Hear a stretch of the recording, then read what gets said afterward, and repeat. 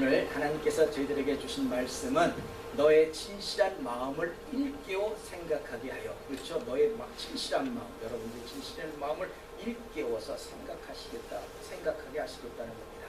이런 설교 제목으로요, 베드로후서 3장 1절서부터 7절 말씀까지가 되겠습니다.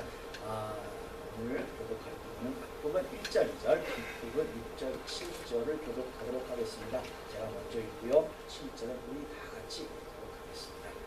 사랑하는 자들아, 내가 이제 이 둘째 편지를 너희에게 쓰노니 이 둘로 너희 진실한 마음을 일깨워 생각하게 하여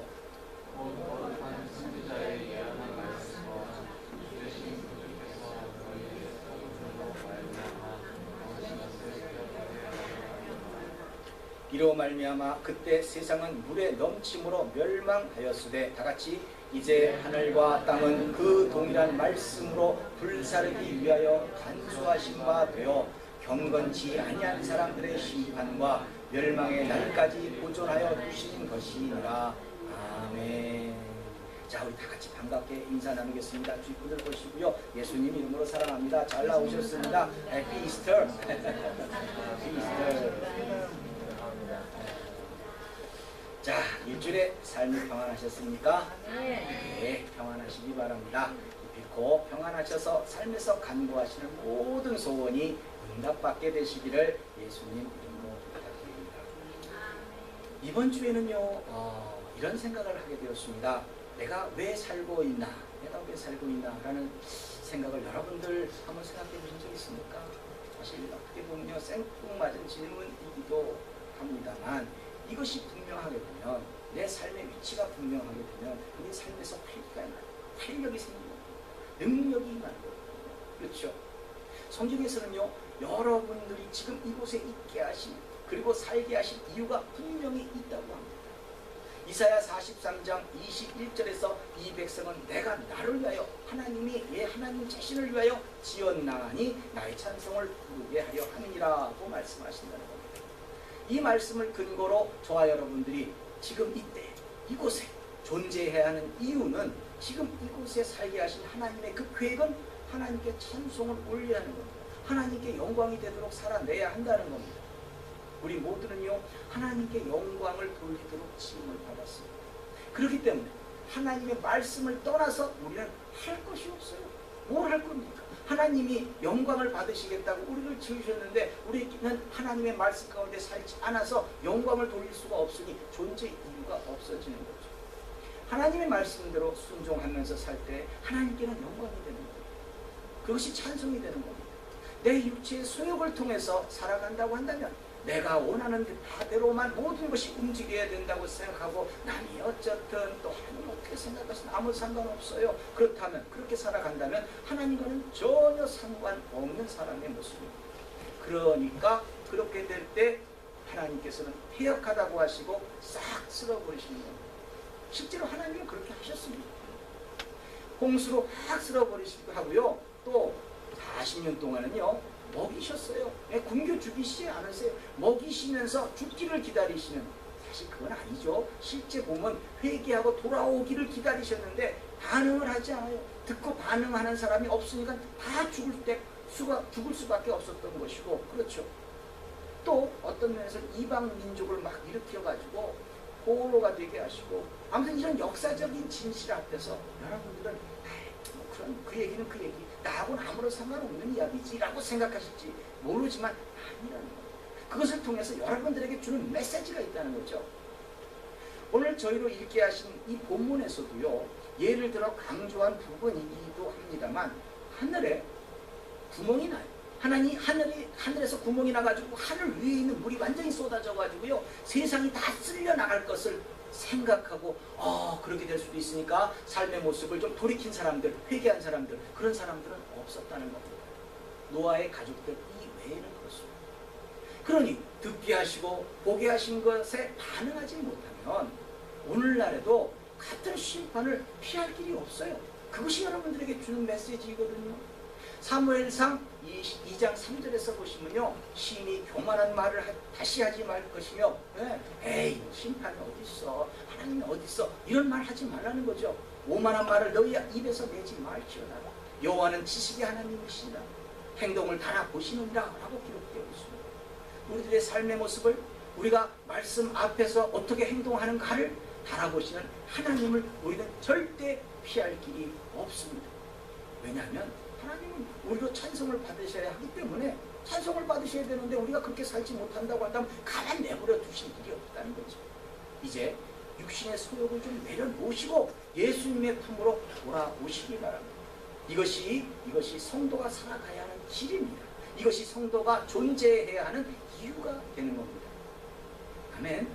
자, 오늘 저희로 읽게 하신 이 하나님의 말씀은요, 이제 이 베드로 사도가 예수님의 재림을 상기시키시면서, 그러니까 예수님이 다시 오실 것을 상기시키면서 삶을 돌이켜 보라고 선포하고 있는 겁니다.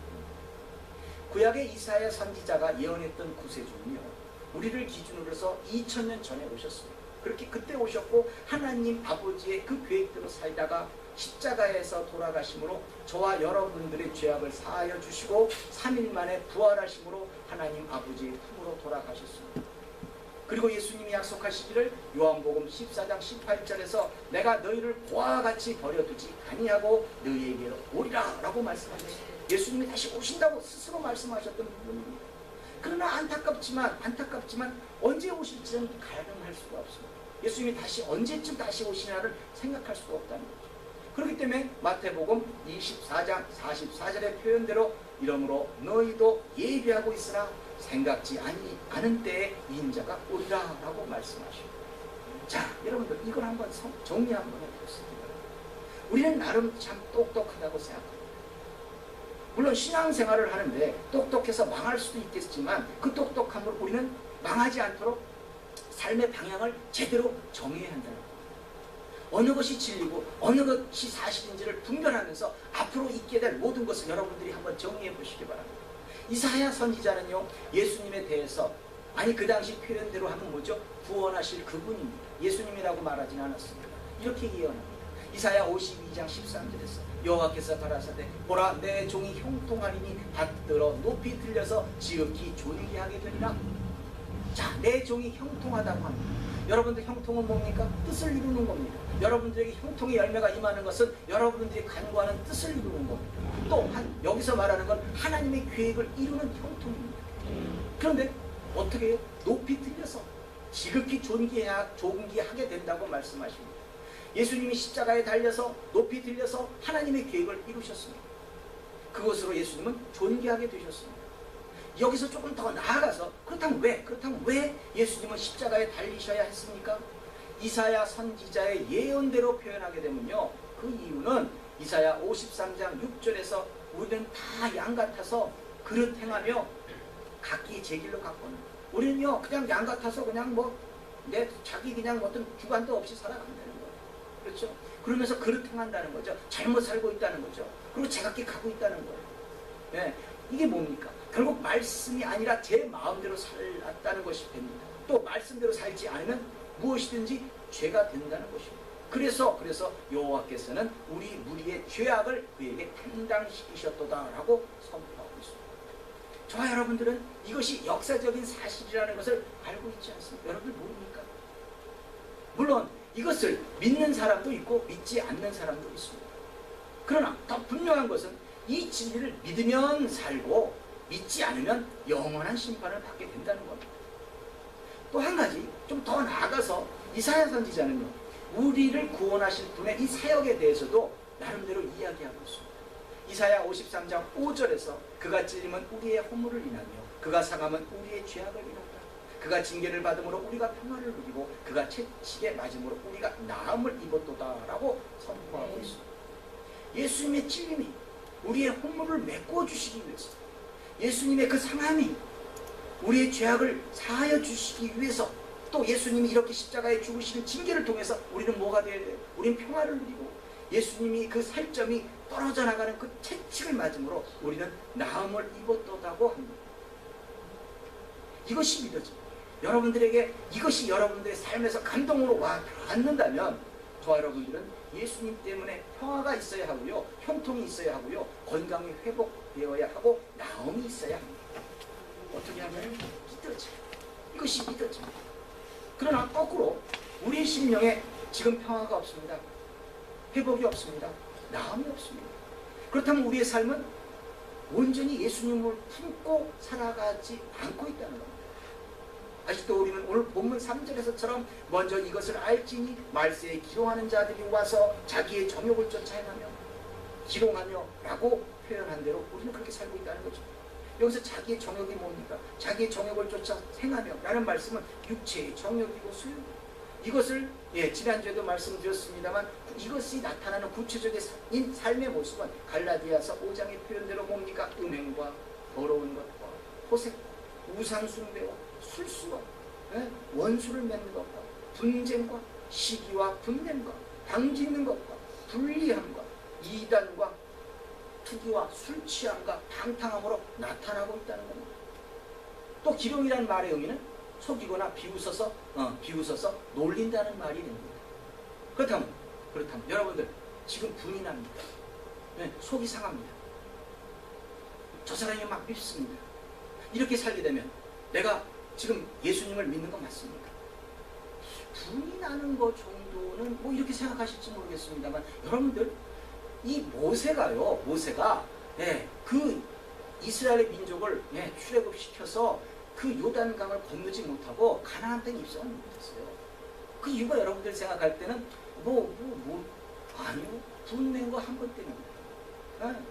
하나님이 이스라엘 백성들에게 물을 이렇게 해서 먹여라, 반석을 한번 쳐라, 반석에 명해라 이렇게 했어요. 근데 화가 나니까 이것들이 너희들 물 그래 지금까지도 이 하나님의 놀라운 역사를 모른단 말이야 하고 성질대로 팍 쳐버렸어요. 그 화를 내고 나서 바로 이어지는 말씀이 너는 못 들어간다 이렇게 됐거든요. 여러분들 생각할 때 에이 분 정도 아니죠. 하나님의 말씀은 1.1획도 틀린 게 아니라는 거예요. 생각해보세요. 그 위대한 일을 하면서 딱 한 번 화냈는데 성질 좀 부렸는데 하나님의 용서가 안 되는 거예요. 근데 그 이후 안타깝게 뭐예요? 모세가 회개했다는 소리는 없어요. 이런 것들을 여러분들이 말씀을 접하면서 내가 어떤 삶의 방향으로 움직여야 되는지, 그래야 하나님께는 영광이 되고 나에게는 복이 되는지를 다 끄집어낼 수 있어야 된다는 거예요. 그렇죠? 자, 아무튼 사람이 미워요. 대충 그냥 짓는 죄가 아니라 여러분들의 삶이 죽을 수도 있는 거야. 잠깐 한번 화내는 것이. 그렇죠? 그렇다면 여러분들이 이렇게 살고 있다면 내가 지금 예수님을 믿는 건 맞습니까? 여러분들은 어떻게 생각하세요? 그렇다고 할 수도 없고 또 그렇지 않다고 할 수도 없을 겁니다.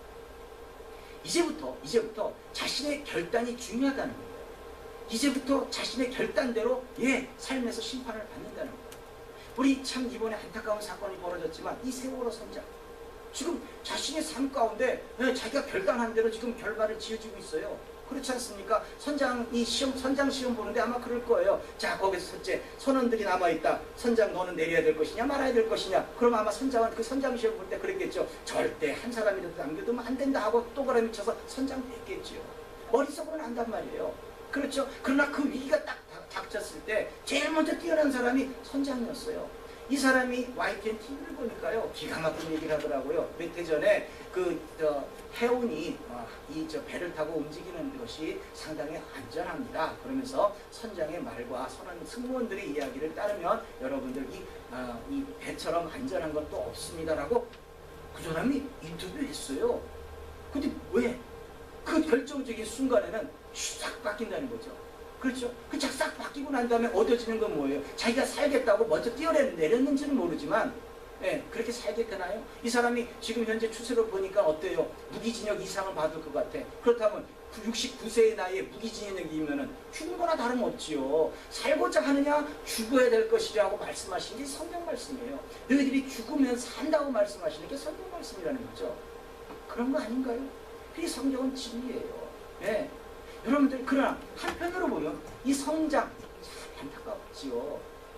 순간 내 마음속에 뭔가 사단이 끼면 이런 모든 것을 다 알고 있어도 그냥 무심코 저질러 버린다는 거예요. 이게 사람이에요. 그 선장이 그걸 몰랐겠어요? 그날 내 마음속에 뭔가 확 잘못 들어오면 모든 것이 다 잊어버려지는 게 우리 인간이에요. 그렇죠? 순간 화를 내므로 내 마음속에 예수님을 밀어냈어요. 그 예수님을 밀어낸 게 뭐예요? 분을 낸 거예요. 화낸 거예요. 예수님은 믿는 그 제자의 삶이 아니었다는 거죠. 그러나 아니지 싶어서 잘못을 인정하고 다시는 그렇게 살지 않겠다고 회개를 하고 돌이키면 예수님을 믿는 것이 맞습니다. 그런데 내가 무엇을 잘못했냐고, 저 인간이 거짓말을 먼저 했고 나를 기롱해서 내가 분이 나가지고 내가 내가 좀 성질 낼 수 있는 건 당연하다고 하면서 돌이키지 않게 된다면 예수님을 믿는 것이 아니라는 거예요. 내가 어떤 것을 선택하느냐에 따라서 그 결과는 달라진다는 거죠. 이를테면요, 성도가 하나님께 예배를 드릴 때 무엇인가 뭐예요? 좀 거룩하게 드리고 좀 구별되게 드리고 하나님께 영광이 되어야 되겠죠. 자신을 좀 조심해야 되겠죠. 그것이 당연한 거 아닐까요? 하나님께 우리가 복을 구하러 왔는데 하나님께 드리는 예배로만큼은 아주 진실한 마음이 있어야 되지 않겠어요? 근데 말씀을 집중해서 듣지 못하고 뭐예요? 집에 가스는 끄고 나왔나? 내가 문은 잠궜나? 네? 돌아갈 때 이 마켓에 들려가지고 무엇을 사야 되겠는데 등등, 아무튼 온갖 잡념에 빠져 있습니다. 누구나 그럴 수 있어요. 또 어떤 사람은 말씀이 시작되면 우리 교회는 아닙니다만 좀 편안한 의자가 있으면 말씀이 딱 시작하는 순간에 어떻게 하면 좀 편안하게 자지 하고 눈부터 일부러 감으려고 그래요. 그렇죠? 또 어떤 경우에는 넌 떠들어라, 전화기로 막 메시지로 확인하고 막 그렇게 살아요. 그냥 의식하지 않고 무의식적으로 해요. 내가 이게 잘못인지 아닌지는 시험 보면 나와요. 답이 정답 맞아요. 그러나 삶의 모습은 왜 그렇게 안 한다는 거죠? 이게 뭐예요? 이게 올무에 잡히는 거예요. 이게 사단의 역사고 괴계예요. 이런 부분들 여러분들이 민감하게 보고 고쳐야 된다는 거예요. 하나님께 예배를 드린다고 하면서 예배를 받으시는 그 하나님이 여러분들을 보지 못할 것 같습니까? 아니요. 기가 막히게 보시죠. 그걸 지금 하나님은 재고 계시는 거예요. 이런 행동들이요, 또 어떻게 보면 누구에게나 무의식적으로 내가 의식해서 그런 게 아니라 무의식적으로 행해질 수 있습니다.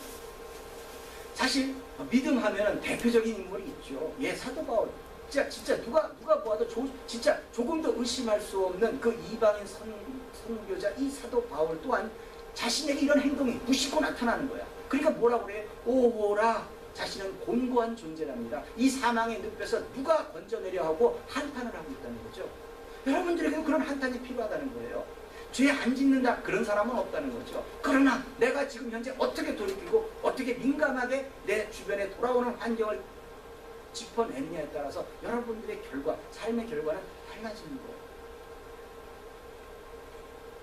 그러나 이것이 되지 않아요. 자세를 바로 잡고 말씀대로 이렇게 돌아가는 것이 안 되면, 말씀에 다시 집중하는 거로 돌이키지 않게 되면 예수 믿는 사람 아니죠. 그러나 돌이키면, 내가 자세를 바꾸고 또 생각을 바꿔서 이 말씀에 집중하게 되면 예수 믿는 사람은 맞는다는 거예요. 또 이런 경우도 있을 수 있어요. 우리 목사님 설교가 오늘은 내 피라고 내 감동하고는 맞지 않네 한다면 그 사람 또한 뭐예요? 교회에 나오는 사람은 맞을런지 모르지만 예수님을 믿는 사람은 아니라는 거예요. 선포되는 말씀을 통해서 그것이 아무리 어눌하고 그것이 아무리 보잘것없어 보일지라도 여러분들에게 필요하니까 듣게 하시는 거예요. 이게 하나님의 역사예요. 그럼에도 불구하고 우리는 그걸 못 알아들어. 다만 저 사람이 얘기하는 것이 재미가 없다는 것으로 평가를 해버리니까 어때요? 예수 믿는 사람이 그렇게 사나요? 그게 아니죠. 수근수근하는 그 삶의 모습은 아니죠. 그게 아니라는 거예요. 여러분들이요, 심판을 받을 믿음인지 아니면 여러분들이 형통의 복을 받을 믿음인지는 여러분들이 어떻게 행동하는가로 결정이 나는 겁니다. 그런데 분명한 것은 이사야 선지자가 예언했던 그라는 이 구원자는 예수님이시고, 그렇죠? 그 예수님이 나의 죄로 십자가에 달려 돌아가셨다는 것과 3일 만에 부활하셨고 이제 다시 오실 때까지 우리에게 맡겨진 이 세상에서 예수님을 대신해서 예수님처럼 살아내야 한다는 이 사명 맞다는 거예요. 근데 뭐예요? 자신의 정욕을 쫓아 살아가는 사람들은 이게 아니라고 한다는 거죠. 본문 4절에서처럼 이렇게 이야기해요. 자신의 삶의 정당성을 피력합니다. 가로되 주의 강림하신다는 약속이 어디 있느냐. 분명히 사실임에도 불구하고 이 사람들이 성경책을 못 읽었겠어요? 안 읽었겠어요? 그러나 말은 다르게 한다는 거예요. 주의 강림하신다는 약속이 어디 있느냐. 조상들이 잔 후로부터 만물이 처음 창조할 때 같이 그냥 있다. 아니, 처음 창조할 때부터 같이 있나요? 아니에요. 처음 창조할 때는 위에는 뭐예요? 위에는 위에 물이 있었고 아랫물이 있었어요. 그 홍수로 그냥 윗물이 다 쏟아졌잖아요. 달라요. 이것을요, 지금 우리가 지금 예배 드리고 우리가 지금 받으시겠어. 잠시 뭐 잡념에 빠질 수도 있지 하면 뭐예요? 기롱한다는 거예요. 아니 오늘은 진짜 이 사단의 역사가 크네. 네, 마음 뺏기지 말아야지 하면서 돌이킨다는 거예요. 여러분들이 잡념이 생각나고 뭔가 행동이 잘못되었을 때 내가 이렇게 하지 말아야지 하고 돌이킨다면 소망은 있다는 거죠. 소망은 있다는 거예요. 베드로 사도는요, 제가 지금 이사야 선지자의 예언을 들어서 하나님의 말씀은 일적 이력이라도 없어지는 것이 없어지지 않는다는 것을 이야기하듯이요, 하나님이 직접 행하신 이 역사적 사실을 좀 선포하고 있는 거예요. 이사야 선지자가 예언한 그분은 분명히 예수님이고, 이것이 믿어지게 되면 삶의 중심에 우리는 예수님이 있어야 한다는 것이 지금 선포되는 말씀이에요. 삶의 중심에 예수님이 있으면 우리는 헛짓거리 할 수가 없잖아요. 그러나 삶의 중심에 예수님이 물러나면 우리는 그야말로 말씀대로 살지 못한다는 거죠. 베드로 사도는요, 오늘 본문 5절 말씀을 통해서 하나님이 홍수로 세상을 심판하신 사건을 기억해야 한다고 말씀하시는 거예요. 이게 사실이니까. 그런 심판을 받지 않으려면 육신의 정욕대로 살지 말라고 하는 겁니다. 이는 하늘이 예적부터 있는 것과 땅이 물에서 나와 물로 성립한 것도 하나님의 말씀으로 된 것을 저희가 불어 잊으려 함이로다. 잊어버리게 되는 거죠. 불어 자기의 삶의 정당성을 나타내기 위해서. 여러분들, 노아의 홍수 사건이나 예수님의 탄생은 과학적인 사실이에요. 인류 역사에 나타난 분명한 사실입니다. 하나는요, 뭐예요? 폐역한 채로 살고 있는 모든 것을 쓸어버리시겠다는 심판이었어요. 노아의 홍수는 그 물로 모든 것이 다 쓰러져 버렸잖아요. 그렇죠? 또 하나는 뭐예요? 예수님의 탄생은 이제 어떻게든지 예수님을 믿어서 구원을 받고 영생을 얻고 형통을 누리라고 하나님이 방향을 제시한 것이란 말입니다. 여러분들이 이제는 뭐예요? 선택만 달려 있는 거예요. 어떻게 살겠느냐. 이것을 제대로 받지 못하게 되면 우리는 홍수의 심판이 아니라 불의 심판을 받게 될 것이라고 성경은 기록되어 있습니다. 노아의 홍수 사건이 실제 있었던 지구상의 역사라면 다음에 오게 될 불의 심판도 사실이라는 겁니다. 하나님이 약속하셨어요. 불의 심판은 말입니다. 아모스 7장 4절에서 주 여호와께서 또 내게 보이신 것이 이러하니라. 주 여호와께서 명하여 불로 징벌하게 하시니 불이 큰 바다를 삼키고 육지까지 먹으려 하는지라. 아멘. 그 당시 홍수 심판을 하시고 난 다음에요, 하나님이 딱 바로 말씀하신 게 무지개를 주시면서 약속을 하셨어요. 다시는 내가 물로는 심판하지 않겠다고. 아주 싹 쓸어버렸으니까. 그래요. 그러고 난 다음에 그 다음에 심판의 방법은 불의 심판이에요. 같은 맥락으로 홍수 심판이 사실이라면 부활하신 예수님이 다시 오신다는 것도 사실이죠. 이것을 육신의 정욕으로 사는 사람들이 기롱하기를, 거짓말하기를 뭐예요? 주의 강림하신다는 약속이 대체 어디 있느냐? 예수님 오시오. 뭐 이렇게 말하고 있다는 겁니다. 이런 말을 따르게 되면 불의 심판을 피할 길은 없는 겁니다. 아니, 예수님을 믿는다고 하면서요, 여전히 이 육신의 정욕을 제어하지 않고 있다면 믿지 않는 것보다 더 큰 심판이 기다리고 있을 겁니다. 우리가 항상 기억해야 할 것은 지금 당장 무엇이 일어나지 않는다고 해서, 약속하신 예수님의 재림이 늦는다고 해서 하나님의 약속이 달라지거나 변개된다고 생각하지 마시기 바랍니다. 다만 그렇게 하시는 이유는 딱 한 가지예요. 우리를 사랑하시는 그 마음이 그 중심에 있는 거예요. 본문 7절에서 이제 하늘과 땅은 그 동일한 말씀으로 불사르기를 위하여 간수하신 바 되어 경건치 아니한 자들의 심판과 멸망의 날까지 보존하여 두신 것이니라 라고 딱 기록되어 있어요. 이것을 보고 여러분들이 이 말씀을 듣고 난 뭐 심판 하신다니까 뭐 심판 받겠네 하면 얘기 끝나는 거죠. 그러나 이 말씀을 통해서 이제 돌이켜야 되겠구나. 내 말씀 가운데 말씀대로 살지 못, 내 삶의 모습, 내 이 마음의 중심 가운데 예수님이 없다고 한다면 다시 그 예수님을 감동으로 채워야 한다는 거죠. 그리고 회개하고 돌이켜야 된다는 거죠. 이것을 통해서 여러분들은 영생을 얻으라고 하는 메시지이지 여러분들한테 죽으라는 메시지가 아니라는 거죠. 여러분들, 심판은요, 기회예요. 심판이 올 때까지 지금 여러분들에게 돌이킬 수 있는 기회를 주시는 거예요. 그냥 잠시 놔두는 것이 아니라 기회를 주시는 거예요. 여러분들은 반응하셔야 합니다. 듣고 돌이키셔야 합니다. 이사야 선지자가 이들은 들어도 모를 것이다 라고 한 말을 예수님이 다시 재해석해 주시는 말씀이 있어요. 마태복음 이 마태복음은 예수님이 하신 말씀이 기록되어 있겠죠. 마태복음 13장 14절에서 이사야 예언이 저희에게 이루었으니 일렀으되 너희가 듣기는 들어도 깨닫지 못할 것이요 보기는 보아도 알지 못하리라. 예수님도 이 말씀을 하세요. 그러면서 이어지는 15절에서 이 백성들의 마음이 완악하여져서 그 귀는 듣기에 둔하고 눈은 감았으니 이는 눈으로 보고 귀로 듣고 마음으로 깨달아 돌이켜 내게 고침을 받을까 두려워함이라. 이렇게 기록되어 있어요. 고침을 받을까 두려워함이라. 결국은 답은 뭐예요? 고침을 받아서 가야 된다는 얘기죠. 그렇죠? 그러면서 말씀하시는 16절은 그러나 너희 눈은 봄으로 너희 귀는 들음으로 복이 있도다라고 말씀하셔요. 반응하는 사람이 복이 있는 겁니다. 말씀에 반응하지 않으면 내가 이거 잘못 말하고 있지. 예, 잘못 말할 수 있다니까요. 내가 분을 내고 있지. 예, 분을 낼 수 있단 말이에요. 예, 근데 이 모든 것을 자신을 제대로 보지 않는다면, 그래서 반응하지 않는다면 불의 심판을 받는 거예요. 그러나 내가 이건 잘못 말하고 있지 하고 하나님 회개합니다 하고 돌이켜. 내가 지금 뭔가 분을 내고 있다고 할 때 하나님 내가 잘못했습니다 하고 돌이켰을 때 뭔가 여러분들에게는 희망이 되는 거예요. 거듭남의 소망이 있고 부활의 소망을 가질 수 있는 거예요.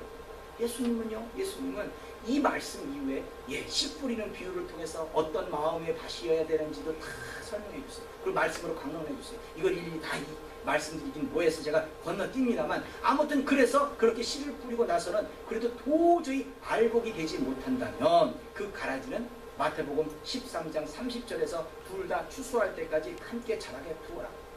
기다리는 거예요. 지금은 그냥 놔두시겠다는 거죠. 이걸 뭐예요? 우리에게는 돌이킴의 기회로 삼아야 되는데 그냥 내버려 두신대. 다만 추수 때에 내가 추수꾼에게 말하기를 가라지를 먼저 거두 불사르게 단으로 묶고 곡식은 모아 내 옷간에 넣으리라 하리라. 이렇게 말씀하세요. 여기도 뭐죠? 불의 심판이에요. 불살아버린다잖아요. 가라지일 경우. 여러분들이 알곡인지요, 여러분들이 가라지인지는 여러분들이 무엇을 믿고 어떻게 행동하는가로 정해지는 겁니다. 누구의 것도 아니고 여러분들이 결정하는 거예요. 홍수가 사실이라면 불의 심판도 사실입니다.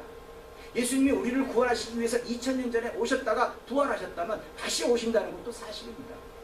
지금 우리가 말세라는 말을 참 많이 듣고 또 말세를 가지고 여러 많은 사람들이 기롱도 해요, 사기도 치고 거짓말도 하고 아무튼 혼탁합니다. 그런데 여러분들 잘 생각하셔야 될 부분이, 어떤 사람들은 말세가 지금이다, 말세가 앞으로 있을 것이다, 이렇게 얘기하지만 성경에서 말하는 말씀은요, 여러분들이 잘 간직하셔야 돼요. 베드로전서 1장 20절 말씀을 보시면요, 베드로 사도가 예수님에 대해서 이렇게 말합니다. 그는 창세 전부터 미리 알리신 바 된 자. 이게 뭐죠? 창세 전, 세상을 창조하기 전에 하나님, 삼위 하나님이었어요. 삼위일체 하나님을 얘기하는 거예요. 근데 말세에 이르러 너희를 위하여 나타내신 바 되었으니, 언제? 말세. 결국 여기서 우리가 힌트를 얻을 수 있는 것은 예수님은 우리의 죄를 사하시기 위해서 나타내신 바가 되었는데 그것이 말세의 시작이라는 거예요. 베드로 사도는 2000년 전에 예수님의 탄생이 말세의 시작이라고 딱 이 말씀을 근거로 해가지고 얘기하고 있어요. 그리고 오늘 말씀대로라면 뭐예요? 주의 강림하신다는 약속이 이루어질 때까지 말하고 있다는 거죠. 결국은 지금 저와 여러분들은 말세를 살고 있는 건 맞습니다. 근데 그 말세는 뭐다? 예수님이 다시 오실 때까지예요. 말세는 부활하신 예수님이 오시면 끝이라는 거예요. 그리고 심판이 있습니다. 그때가 되면요, 여러분들 돌이킬 때를 놓치는 거예요. 돌이킬 수가 없어요. 지금이 기회의 때라는 거죠. 지금이 돌이킬 수 있는. 그 옛날 홍수로 심판을 받은 사람들은요, 물론 심판하시겠다는 음성은 들었지만 돌이킬 때를 놓쳤던 겁니다. 같은 이치로 삶의 모습을 바꾸지 않으면, 말씀에 반응하지 않으면 홍수로 심판을 받은 인간들처럼 우리의 심판의 때를 피할 수 없는 거예요. 언제 올지 모릅니까? 오늘은 예수님의 부활을 기념하는 날입니다. 자신의 경험이나 지식이나 상식이 없다고 죽은 사람이 어찌 다시 살아날 수 있겠냐고 말하지 마시기 바랍니다. 하나님은 하실 수 있는 거예요. 아니, 적당히 믿다가 이것이 진짜일 것 같으면, 이것이 지금 뭔가 조짐이 좀 이상해, 그때 한번 내가 확 하나님을 믿지, 이렇게 잔대가리 쓰지 마시기 바랍니다. 어떤 사람은 또 이런 얘기를 해요. 교회 나오시자고 교회 했더니 우리 집사람이 교회를 열심히 다니고 있거든요. 그러니까 제가 우리 집사람 넉적다리 붙잡고 그냥 있다 보면 천국 갈 거예요. 이렇게 말하는 사람도 있어요. 참 기가 막힌 얘기죠. 여러분들 확 돌아가면요, 큰일 나요. 오늘 요번에 사건도 이 조타에 배를 그냥 확 돌려버리니까 침몰해버리잖아요. 그런 거예요. 여러분들이요 기껏 100년을 산다면 이 땅을 창조하신 하나님 아버지는 영혼에서부터 영혼까지 사시는 분이에요. 이 영혼이 존재하시는 분이 그렇게 만들어 놓으셨다고 하는데 아니라고 기롱한다면, 그리고 삶에서 변화를 갖지 않겠다면 그것은 정확하지 않습니까? 심판입니다. 여러분들 이런 것도 한번 생각해 보세요. 여러분들 지구가 돕니까? 상식선이 지구가 지금 태양 주위를 돌고 있습니까? 아니면 지구는 가만히 있는데 태양이 달이 막 돌아버립니까? 지금 이런 질문을 한다면 아마 피식 웃는 분들이 대부분일 겁니다. 그러나요, 이 사실이 지금부터 500년 전만 해도요, 지구가 태양의 주변을 돌고 있다고 하면 목숨을 내놓아야 했습니다. 네. 이것이 진리잖아요. 진리임에도 불구하고 선포하면, 그렇게 말을 하면 종교재판에서 다 그냥 마녀 사냥하듯이 다 그냥 처형을 해버렸어요. 자기네들이 인식이 안 되니까. 이 가톨릭의 종교 지도자들이 볼 때는 전혀 지구는 가만히 있고 태양이 움직이는 것 같은데, 아, 이것이 엉뚱한 소리로 태양을 주변으로 지구가 돈다고 하니까 이것이 이단 말도 안 되는 상식을 전하고 있다고 하면서 죽여버렸어요. 자신의 생각하고 틀리다고 해서 죽여버렸단 말이에요. 유대인들이요, 유대인들이 예수님이 우리를 구원해 주시기 위한 구세주로 오셨는데 자신이 생각하는 그 구세주가 아니니까 예수님을 죽여버렸단 말이에요. 그렇죠? 다수의 행보가 이런 거예요. 우린 여러분들이 생각할 때 그럼 나는 어떻게 해야 되나? 말씀을 붙잡으세요. 여러분들이 말씀 가운데 여러분들에게 주시는 메시지를 붙잡으세요. 그것만이 확실한 거거든요. 그런 거예요. 우리는요, 지금 한 눈만 가지고 사는 사람들한테 우리가 여러 명이 한 눈을 가지고 살아요. 거기서 우리가 두 눈을 들고 두 눈을 딱 뜨고서 가면은 저거 병신 왔다고 그래요. 그런 거 아닌가요? 뭐냐고요? 이런 부분도 참 지혜롭게 생각해 보셔야 될 부분이에요. 다른 사람들이 인정하지 않는다고 해서 여러분들도 같이 인정하지 않으면 심판이에요. 어쨌든 그래도 지구는 돈다고 하는 그 유명한 말을 남긴 갈릴레이, 그렇죠? 그 갈릴레이가 한 게 뭐예요? 결국은 죽지 않기 위해서 종교재판에서 실제 거짓말하고 그냥 나온 것이지 진리가 변한 건 아니라는 겁니다. 예수님이 십자가에 못 박히심으로 인류의 죄를 사하셨다는 것도요 진실이고요, 또 죽인 지 3일 만에 부활하셨다는 것은 진실이라는 것을 넘어서 진리가 되는 겁니다. 믿지 않거나 말씀대로 삶을 돌이키지 않으면 심판받는다는 것이 진리입니다. 이제 여러분들의 삶에 예수님으로 좀 채워보시기 바랍니다. 2014년 부활절을 맞이해서 예수님이 부활하셨잖아요. 예수님이 모진 고통 속에서 저희들이 죄악된 걸 다 사하여 주시고, 예수님의 그 허물을 통해서 예수님 모든 책임을 다 지신다고 그랬잖아요. 우리는 뭐예요? 누리면 되는 거예요. 어떻게? 이 마음속에 여러분들이 예수님을 품을 때 충분히 누릴 수 있는 거예요. 만약에 이것이 안 돼, 그러면 나를 쳐서 다시 복종케 만들어야죠. 하나님의 말씀 가운데 살지 못하는 내가 느껴져, 아니구나, 이것은 아니구나 하고 다시 돌아가야죠. 이런 것들이 여러분들에게 가장 필요한 거예요. 어려운 거 아니잖아요. 우리가 하나님의 말씀대로 살겠다는 것이 뭐가 큰 거, 하나님 여러분들이 그런 거 바라시는 게 아니라, 여러분 누구든지 간에 말씀대로 살지 못하는 죄악을 범할 수 있다고 다 알고 계세요. 그렇기 때문에 사도 바울을 통해서도 오라 곤고한 존재로다고 하는 그 한탄의 소리를 들으면서 우리도 다시 돌이켜야 된다고 메시지를 주세요. 그거면 되거든요. 근데 그것조차도 안 해요. 그러면 어떻게 해요? 심판이죠. 이것이 안타깝다는 거죠. 여러분들의 삶 가운데 이런 것들이 회복되어져야 된다는 겁니다. 이런 것들이 회복되어지는 것이 여러분들의 그 중심에, 삶의 중심에 예수님으로 채워지는 거예요. 이건 예수님이 우리들의 죄를 사하여 주셨다는 그 감동과 감격이 없으면요 절대 채워지지 않아요. 그렇기 때문에 여러분들은 그 감동과 감격을 회복하셔야 된다는 거죠. 내 죄가 인정되어야지만 우리는 변화를 가질 수 있습니다. 이 정도쯤이야 라고 자신의 잣대를 가질 때 여러분들의 중심에는, 삶의 모습에는 예수님은 없는 겁니다.